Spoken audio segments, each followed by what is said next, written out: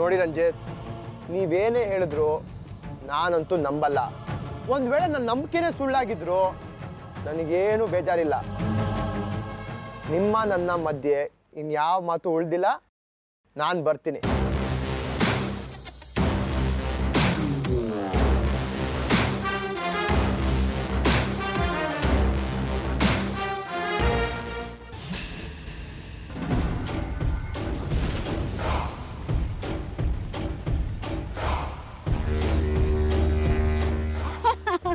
ಅಯ್ಯೋ ಬಿಡೆ, ಯಾಕೆ ಹಿಂಗ್ ತಿರುಗಿಸ್ತಾ ಇದ್ಯಾ?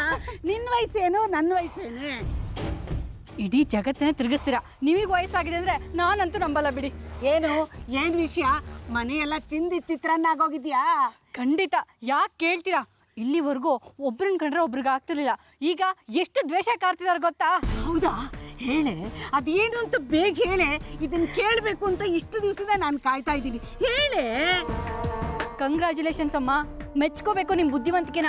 ನೀವು ಮಾಡಿರೋ ಕೆಲಸದಿಂದ ಮನೆ ಎಲ್ಲ ಚಿಂದಿ ಚಿತ್ರಣ ಆಗೋಗಿದೆ. ಎಲ್ಲ ಸಂಬಂಧಗಳು ಪೀಸ್. ಮೊದಲೇ ಆರ್ಯ ಆದಿಗೆ ಒಬ್ರನ್ನ ಕಂಡ್ರೆ ಒಬ್ರಿಗೆ ಆಗ್ತಿರ್ಲಿಲ್ಲ. ಈಗಂತೂ ಆದಿ ಆರ್ಯನ್ಗೆ ಚೆನ್ನಾಗಿ ಬೈತಾನೆ, ನನ್ನ ದುಡ್ಡನ್ನ ಕದ್ದಿದ್ಯಾ ಅಂತ. ಆರ್ಯ ಏನೂ ಮಾತಾಡೋಕ್ಕಾಗಲ್ಲ, ಯಾಕೆಂದ್ರೆ ಸಿಕ್ಕಾಕೊಂಡ್ಬಿಟ್ಟಿದ್ದಾನಲ್ವಾ. ಹಾಗಾಗಿ ಮಕ್ಕಳಿಬ್ರು ಮಧ್ಯ ಹೀಗಾಗ್ತಿದ್ಯಲ್ಲ ಅಂತ ಆರ್ತಿ ಬೇಜಾರು ಮಾಡ್ಕೊಂಡು ಒಂದು ಮೂರಲ್ಲಿ ಕೂತಿದ್ದಾಳೆ. ಸಾಲದಕ್ಕೆ ಈ ಸೂರ್ಯ ಆರ್ಯನ್ ಪರ ವಹಿಸ್ಕೊಂಡು ಮಾತಾಡ್ತಾನೆ. ಒಟ್ಟಲ್ಲಿ ಒಬ್ರ ಮೇಲೆ ಒಬ್ರು ಜಗಳಕ್ಕೆ ಬೀಳ್ತಿದ್ದಾರೆ. ಇಡೀ ಮನೆ ಬಿರುಕು ಬಿಟ್ಟಿದೆ. ಇನ್ನು ಕೆಳಗೆ ಬೀಳೋದೊಂದೇ ಬಾಕಿ. ಅದು ಮಾತ್ರ ಅಲ್ಲಮ್ಮ, ಏನೋ ತುಂಬಾ ಒಗ್ಗಟ್ಟು ಅಂತ ಹೇಳ್ತಾ ಇದ್ದಿದ್ದು ನಿರೋಷ ಮತ್ತೆ ಸ್ವಾತಿನೋ ಚೆನ್ನಾಗಿ ಜಗಳ ಆಡ್ತಾರೆ. ನಿನ್ನ ಗಂಡ ಹಾಗೆ ಮಾಡ್ದ, ನಿನ್ನ ಗಂಡ ಹೀಗೆ ಮಾಡ್ದ ಅಂತ. ಗೊತ್ತಿಲ್ಲ, ವಾರವಾರ್ಗಿತ್ತು ಜಗಳಕ್ಕೆ ನಿಂತ್ರೆ ಸಂಸಾರ ಏನಾಗುತ್ತೆ ಅಂತ. ಅದು ಮಾತ್ರ ಅಲ್ಲಮ್ಮ, ಅಣ್ಣ ತಂಗಿ ಮಧ್ಯನೂ ಪ್ರೀತಿ ಉಳಿದಿಲ್ಲ ಅಂತೀನಿ. ರಂಜಿತ್ ಹತ್ರ ಹೋಗಿ ನಿರೋಷ ಚೆನ್ನಾಗಿ ಜಗಳ ಆಡಿದಾಳೆ. ರಂಜಿತ್ಗೆ ಆ ದಿನ ಬೈತಿದ್ದಾನೆ. ಒಟ್ಟಲ್ಲಿ ನೀವು ಮಾಡಿದ ಪ್ಲಾನಿಂದ ಇಡೀ ಮನೆ ಶಾಂತಿ ಸರ್ವನಾಶ ಆಗೋಗಿದೆ.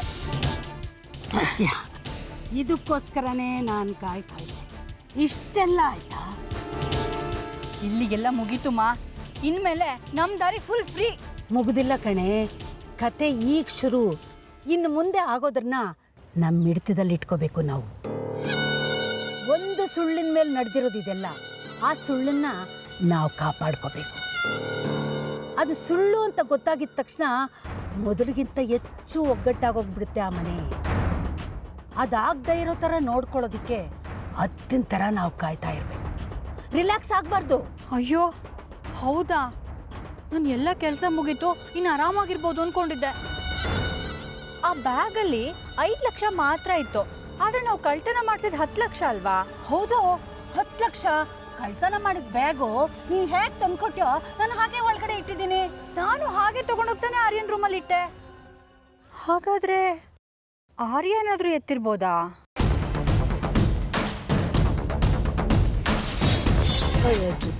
ಏನೇ ಹಂಗೆ ನೋಡ್ತಿದ್ಯಾ? ಏನಿಲ್ಲಪ್ಪ, ಹಾಗೆ ಸುಮ್ಮನೆ ನೋಡ್ತಿದ್ದೆ ನೀವೆಷ್ಟು ಬುದ್ಧಿವಂತರು ಅಂತ.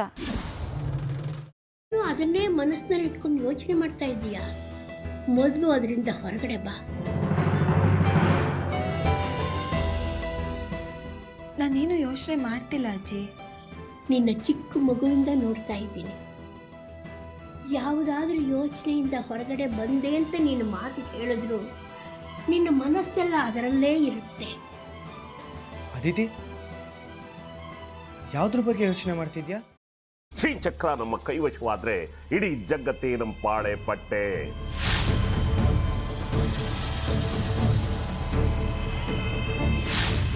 ನಾವಿದೀವಲ್ಲ, ನೀವು ಯಾಕೆ ಚಿಂತೆ?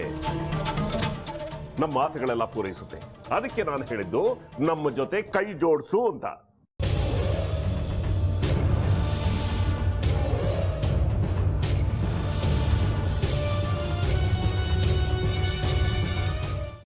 ವೆಜ್ ಖಾರ ಬಾತ್ ಮಾಡುವ ವಿಧಾನ: ಒಂದು ಬಾಣಲಿಗೆ ತುಪ್ಪ, ಸಾಸಿವೆ, ಕಡಲೆಬೇಳೆ, ಉದ್ದಿನಬೇಳೆ, ಗೋಡಂಬಿ ಹಾಕಿ ಹುರಿದು ಕರಿಬೇವು, ಬಾಡಿಗೆ ಮೆಣಸಿನಕಾಯಿ, ಕ್ಯಾರೆಟ್, ಬಟಾಣಿ, ಟೊಮ್ಯಾಟೊ, ಕಲ್ಲುಪ್ಪು, ಬೆಲ್ಲ, ಬಿಸಿಬೇಳೆ ಬಾತ್ ಪುಡಿ, ಅರಿಶಿನ, ರವೆಯ 3 ಅಳತೆಯಷ್ಟು ನೀರು ಹಾಕಿ ಚೆನ್ನಾಗಿ ಕುದಿ ಬಂದ ಮೇಲೆ ಹುರಿದ ಬನ್ಸಿ ರವೆ ಹಾಕಿ ಕಲಸಿ. ಈಗ ವೆಜ್ ಖಾರ ಬಾತ್ ಸವಿಯಲು.